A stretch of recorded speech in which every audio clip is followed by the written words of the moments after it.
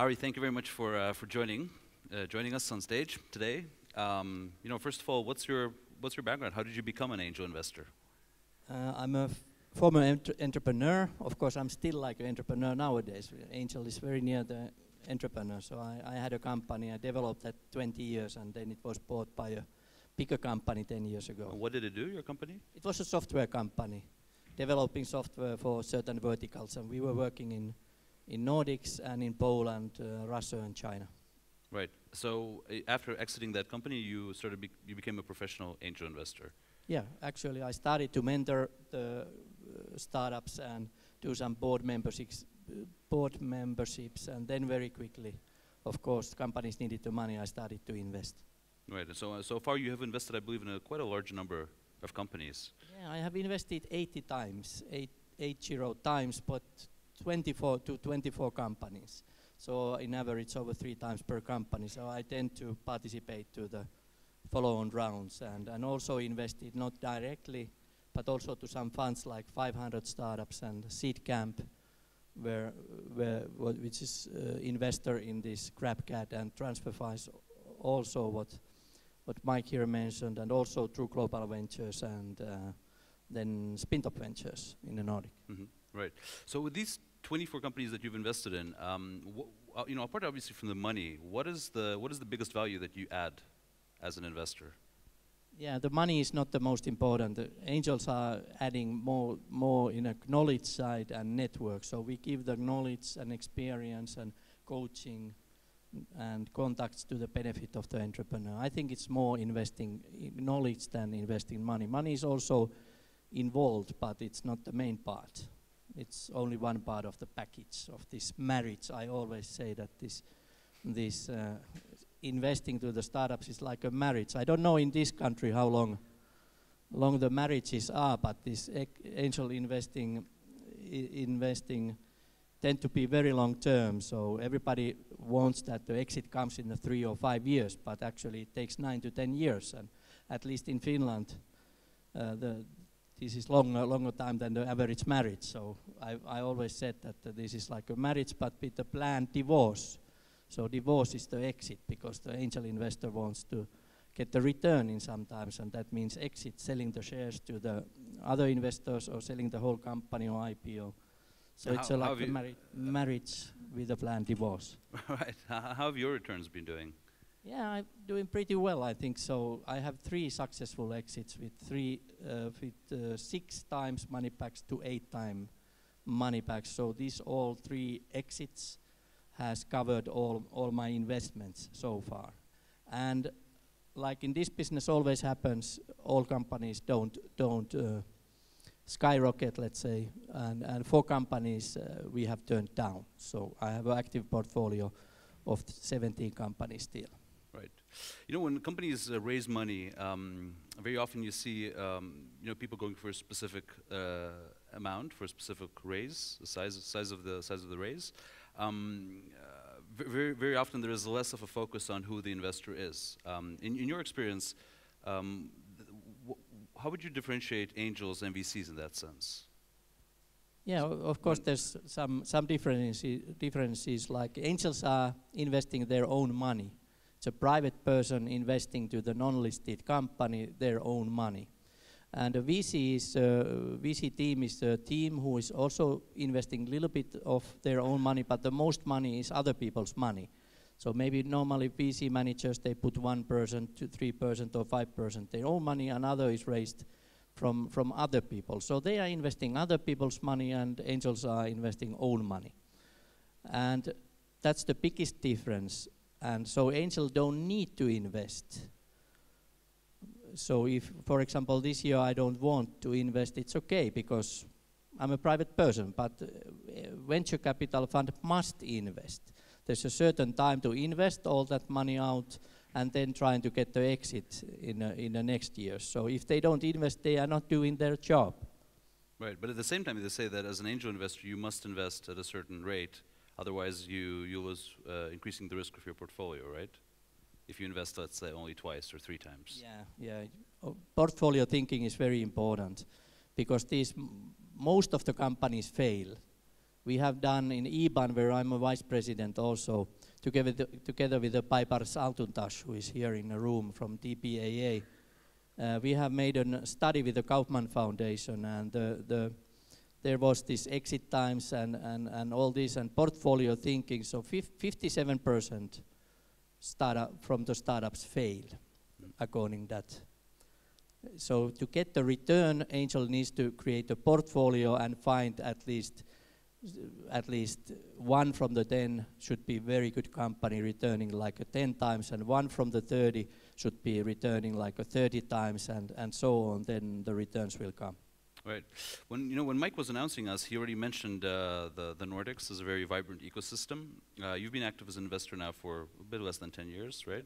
So you've really seen this growth. What has changed in Finland over the last 8 years in terms of startups? Yeah, I think there's a lot of changes. First of all, everybody know the Nokia company with mobile phones. That didn't go so well anymore, and they started to sack people out, and so a lot of startups was created with the former Nokia persons, 400 startups, and then also a lot of good engineers coming out from the Nokia. So startups has recruited engineers, even they are corporate person and startup person, a bit different, but anyhow, that has been a big boost. Then gaming started partly from Nokia, because Nokia was ordering games from these independent studios, but then when Nokia started to collapse and iPhone came up, those studios started to develop games to the iPhone. So also for example, Rovio has been doing subcontracting earlier to Nokia, and then I think the road models that we have, Rovio with Angry Birds and Supercell with Clash of Clans and Heyday, I think those has inspired the entrepreneurs that really from whatever country, like small country like Finland, you can come up to and be the number 1 in a market very quickly. Like Supercell is established 2010, and 2012 they already hit the market with the number 1 product. So these kind of role models. Of course, the society also supports innovation and development with the governmental funds. And of course, there's quite solid legislation and predictable taxation and everything in our country. Right. You've built a company. You have seen many startups. You've invested over 80 times in 24 companies. What are the things that entrepreneurs do right and wrong? Maybe 2 different questions, but at least let's say, what would be your wish list for entrepreneurs? Like, how would be a perfect pitch from an entrepreneur, a perfect proposal look like? Good question.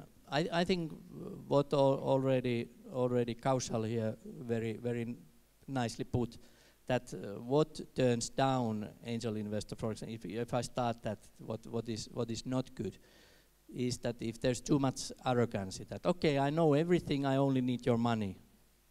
That's not working in our business model, because angels want to give the knowledge and the networks to the benefit of the entrepreneur. And if you are arrogant, you are not coachable, and you don't listen. I don't say that you need to listen as an entrepreneur everything what angels say, but at least consider. So I think arrogance is a big turn down. Some other things, some smaller things in a pitch. For example, if you have a traction, why in the hell you don't say it in the start? Because then everybody get interested. Angels get interested on that. If you save it or you don't say it, so we get bored, and okay, maybe you only talking, you don't have much to show. So tell the traction, and then also some small point that nobody else has innovated this before. No competition. 99.9% of the products has competition. If there's no competition, maybe there's no market. Then one thing is that you might approach the wrong angel. For example, if you are creating medicines or something like that, or drugs or whatsoever, you don't need to come to pitch to me, because I don't invest on that area. Because angels invest only to that area where they have a knowledge. Otherwise, they couldn't give out this knowledge and network to the entrepreneur. So you need to do a little bit study before you start to approach angels. And I would like to encourage entrepreneurs make a due diligence on angels, because we make due diligence on you. Why don't you make due diligence on us? Call to other entrepreneurs where, for example, I have invested, and ask about what is the real value added what this angel investor can give. So that you don't take a wrong angel, you have a wrong expectations. So I think those are maybe those from that side which turns down. Right. When Kashal was on stage, he specifically mentioned one thing, that angels look for execution, right? That's one of the biggest things you look for. How do you gauge it? What are your tricks for understanding quickly enough whether an entrepreneur executes? Yeah, I think it's a background of the entrepreneur team, track record. What have they done earlier? And I think that's if you need to do the investment decision quickly, that's the only way to. But if you don't need to do the investment decision very quickly, if there's no competition in the financing, then maybe I tend to keep process going. It's like 2 to 3 months or 2 to 4 months, and then see if the team is executing. Is there still development happen, or is it only a talk? So you follow them actually for a period? I follow them. I try to be very near use time with them and get to know them, because we are investing to the people. Angels are investing to the people, not to the company. Right. Apart from being a very active angel, you're also instrumental in building the angel community in Finland. You're one of the founders of FIBAN, the Finnish Business Angel Network. You're a vice president of EBAN, together with Barbars, as you mentioned. What is the value of angel networks for angels? Yeah, very good question. I think there's a big value for both, for entrepreneurs and angels. For angels, for example, it's a value when you are a rookie angel or wannabe angel. When you come to the market, if you don't have a peer-to-peer conversations or trainings and this kind of, maybe you do the fatal mistakes immediately. You invest too big sums and too easily. So you learn from the other angels, and when you join the business angel network. For example, here in Turkey, you have 13 business angel networks. That's and you have 3-0 or 1-3? 1-3 with altogether 500 business angels, and that's a very good amount. And when knowing that you started only 2, 3, or 4 years ago, the whole market has developed very quickly. So I think it's a real benefit for the angel to belong to the angel network. And for the entrepreneur, why to approach through angel network? It's of course because you might have a local angel network or your vertical angel network, and maybe you don't know any angel who to approach. So angel network is a good start to go there, because then you know that you can reach at least these angels who belong to this network. So it's a point of contact for the entrepreneur. An easy way, because they are not hidden networks. There's a list and so on. For example, in Europe, we as an IBAN, we keep up the list of our members who are in all countries in Europe, and also other market players.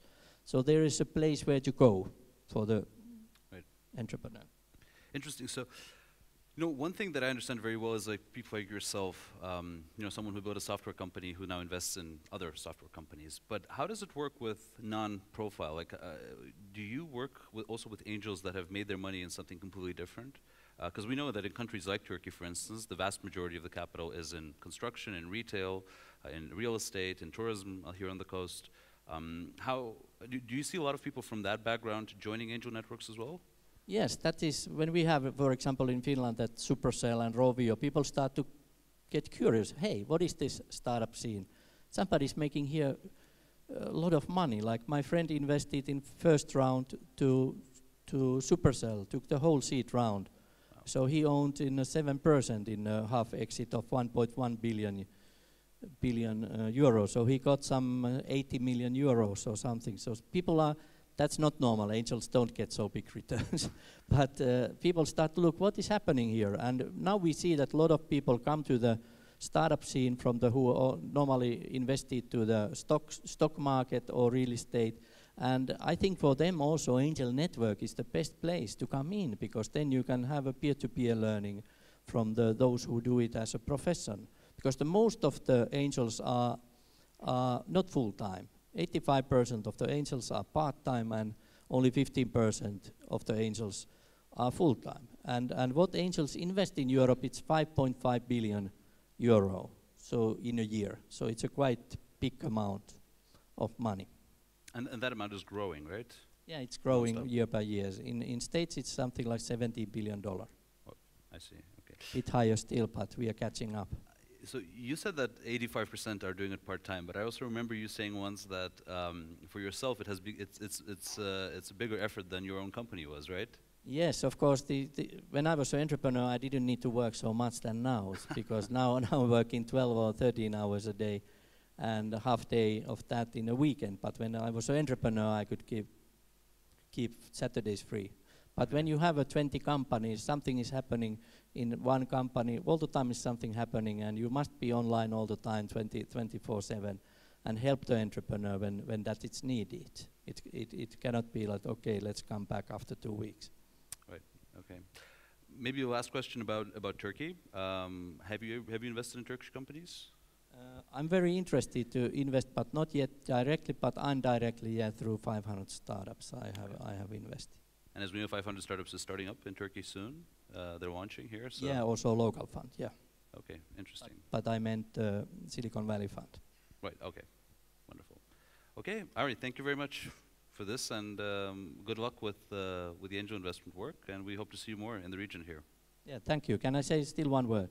Please. I would like that you understand, every entrepreneur understand why angels invest. It's of course that we want to pass our knowledge and network forward, but also to make exits, to get the good returns. So we are not philanthropic organization, and we live from exit together with you.